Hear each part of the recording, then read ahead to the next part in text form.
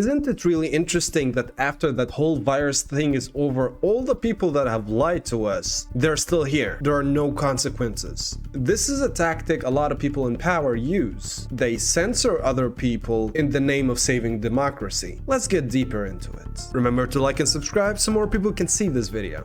No, you're not protecting democracy by stopping free speech. That is, because there's no checks and balances in place if something turns out to be accurate, where then whoever put out that disinformation initially, like if someone posts something like, say, masks don't work, and they get banned off of Twitter and say, oh, this is in response to the CDC's, but if it turns out that masks actually don't work, the CDC doesn't get punished, which is kind of fucking crazy.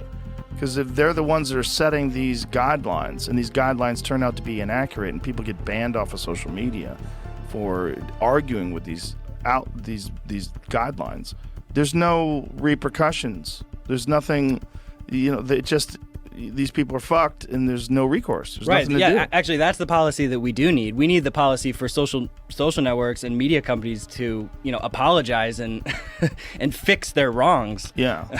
Well, and also, like, why wouldn't the CDC be punished then? Well, shouldn't they be banned? Mm-hmm. Or shouldn't they be, have a strike against them? But they're not. It's like, it's really frustrating because you're dealing with narratives that are oftentimes 100% propaganda. And they're not backed by science. They're not backed. It's just like some things that people say. Like Rachel Maddow was on television telling everybody that this vaccine stops the virus in its tracks. If you get vaccinated, the virus can no longer affect you. It can't affect anyone else. It stops, and we can get out of this thing. Well, that's not fucking true at all.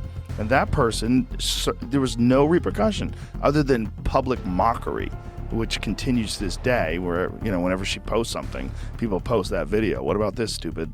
And, there's nothing other than that.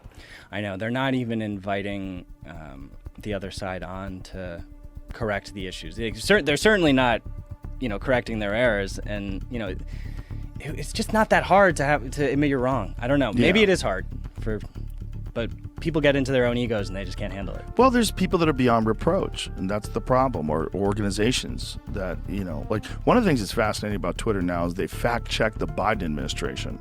So the Biden administration put out some tweets that were 100% horseshit, and then underneath it, Twitter fact checked them, so they deleted the tweets, which is glorious. Like that's amazing, and that's never happened before. Yep, community notes is my favorite feature on Twitter by far. It keeps everybody in check. It has a process for kind of vetting information, surfacing it to the top, showing the better idea to the bad idea. Mm-hmm. And actually, their community note stuff is all open source. It was a little bit disappointing though when they open sourced the algorithm the other day. Which step in the right direction. I'm not trying to attack, but what we learned basically is that it's not the live algorithm. It's an algorithm. What do you mean? So what does that mean? So it's not the production algorithm, at least from what we can tell, because you saw what happened with Substack. Mm-hmm. So has that been reversed?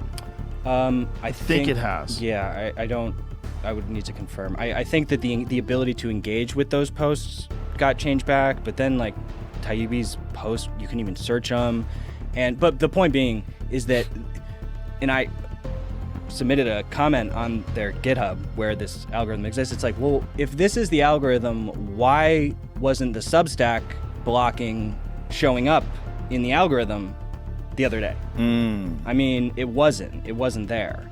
So clearly there's some sort of a link blacklist. And, Twitter did say that this isn't the whole algorithm and they're going to be releasing more over time. But the problem is we should have seen something change in that when all the Substack blocking went down.